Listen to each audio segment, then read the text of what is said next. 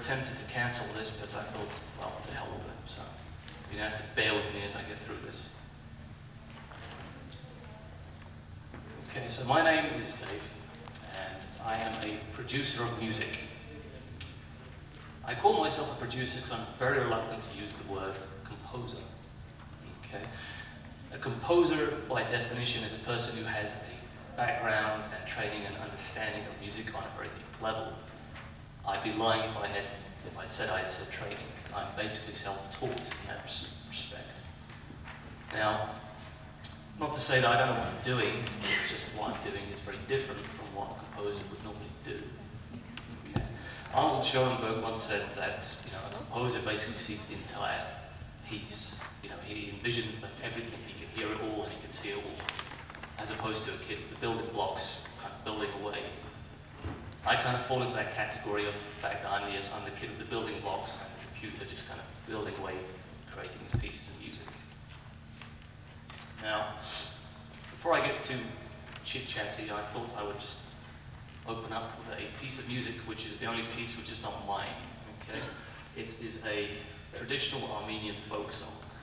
Okay? It's called Hovern Gan, which can be interpreted in many ways. Some people say it's the winds have fallen, a cool breeze blows, or a cool spring breeze. Okay? I will be playing this piece on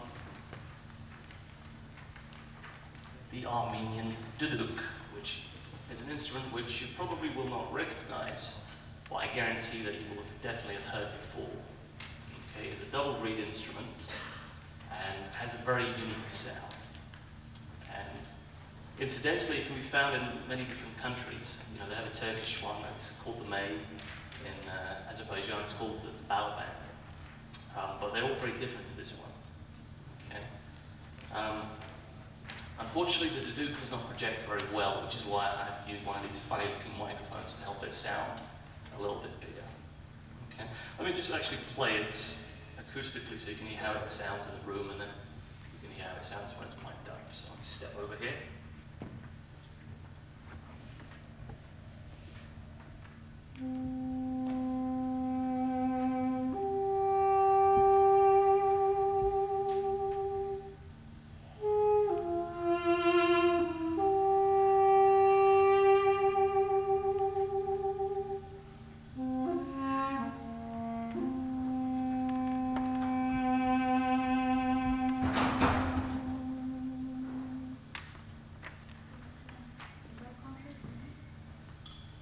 As you can see, it has a very kind of melancholic, nasally kind of sound. Now, I'll just walk over to this mic here and...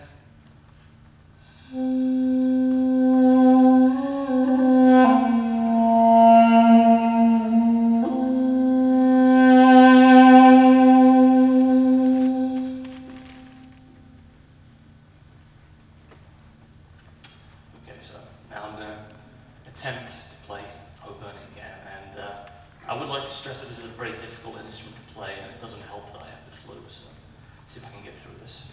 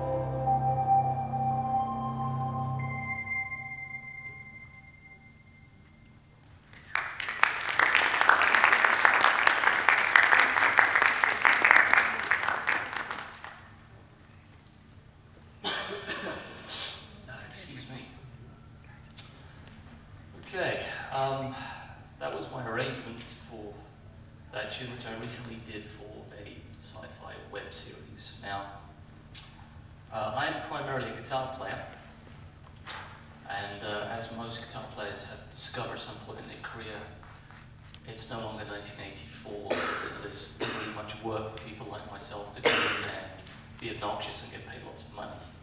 So during my kind of stint as a up-and-coming guitar player, I defined a career for myself, and that, you know, that was kind of a struggling kind of thing for me, and I ended up doing a lot of teaching, but along the way, someone else has a flu, I think.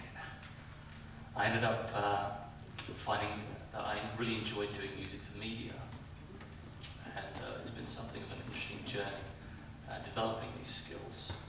But I'll actually come back to that. What I want to talk about at the moment was actually my guitar playing. Now, you will notice that behind me there is a guitar, obviously, but there's something missing, and that is a bunch of amplifiers, or these kind of huge refrigerator rack systems. Now, like a lot of working professionals, I have embraced digital technology. And in regards to the guitar, it has actually come a huge kind of way in these last 10 years, to the point where now I've basically made all the equipment that I used to use redundant, which is a good thing because all that equipment weighed about 200 kilos. So now I can literally show up with a laptop, this thing on the floor, and my guitar, and I'm actually ready to perform. Now, what makes this so fascinating is the sound comes from my guitar, and it goes into this foot pedal here, which basically has a chip in it, and this chip is responsible for taking my guitar signal and turning it into a bunch of ones and zeros. Okay, and these ones and zeros go up this cable, and they go into my computer, and my computer acts like a digital signal processor. And what that means is it calculates all these kind of algorithms and things to make it sound like I'm actually playing through physical equipment. And it does all that, and then it sends it back down the cable into the outputs and out the speakers. And it manages to do all of that in 0.2 milliseconds. So that's pretty impressive, not to say the least. Now, once again, I'm babbling on. Let me actually demonstrate what I'm talking about.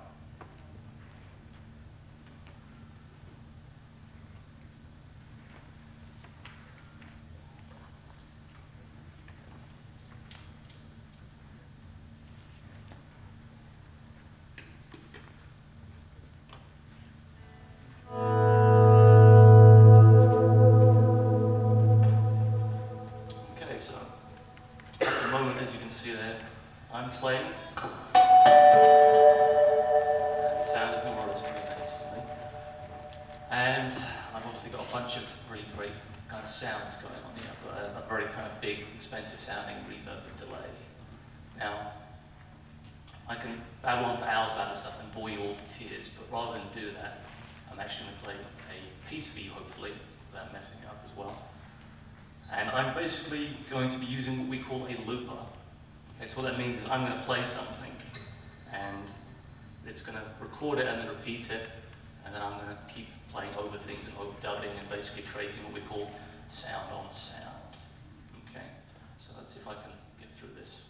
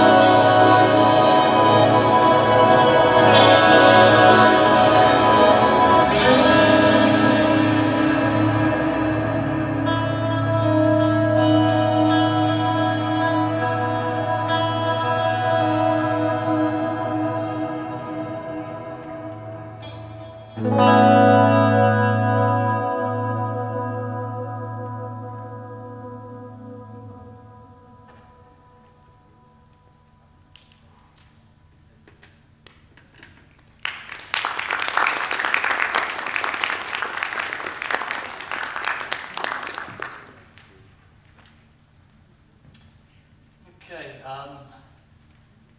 usually when I do these kinds of things, I like to take questions from the audience just to avoid everyone getting antsy or bored. So before I move on, does anyone actually have any questions they'd like to ask?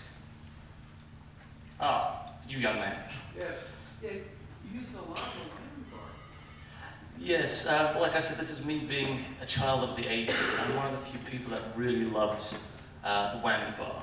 Okay, and just in case anyone has no idea what we're talking about, we're actually referring to this lovely system that a guy called Floyd Rose developed in lieu of Eddie Van Halen. And basically,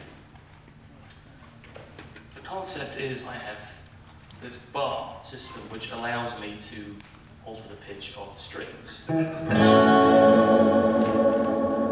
you know, in the 50s it was very common just to kind of have this kind of wiggle to kind of accordion.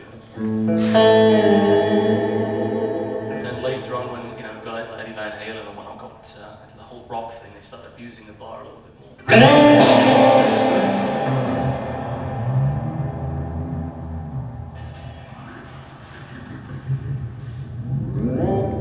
And the beauty of this system is that it comes back completely in tune, supposedly if you set it up properly.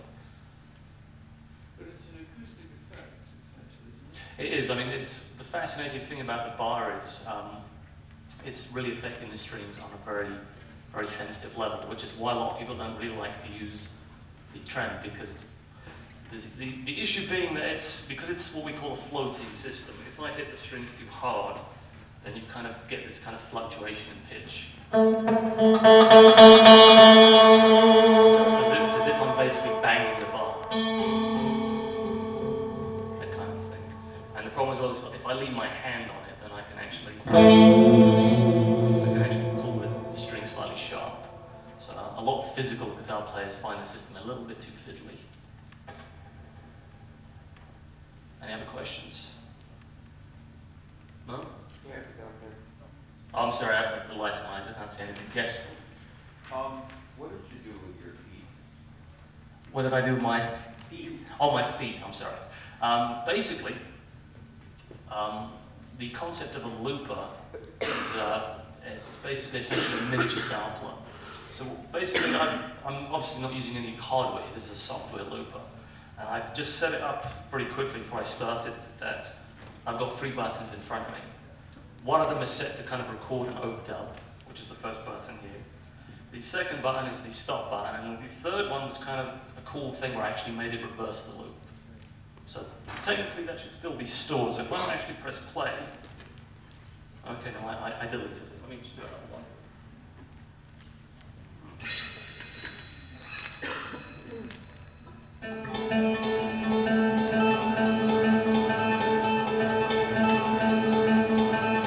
So now it's looping. Now I've stopped it. I will loop it again. Now if I push this, it's actually playing back in reverse. I can just keep messing around with stuff and adding layers.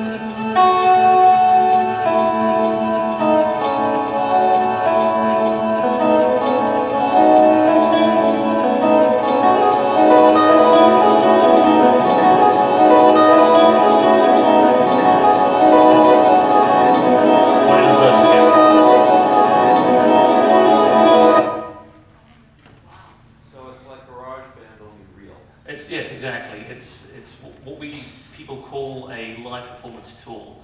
I stole this idea from a singer, Imogen Heap, there we go. She has this really amazing thing she does live where she will get a looper, and with her voice she will actually kind of create a group.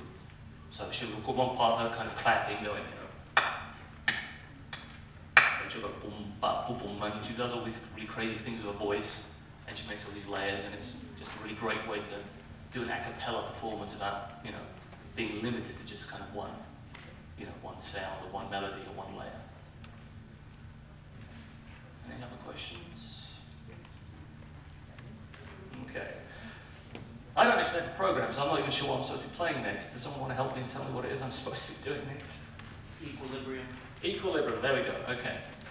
So, last time I performed this piece was back in 2008, and the piece has changed an awful lot since then.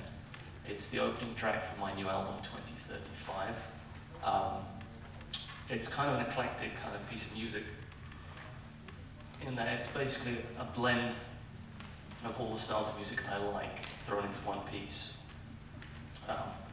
So forgive me if it seems a little bit out there, okay?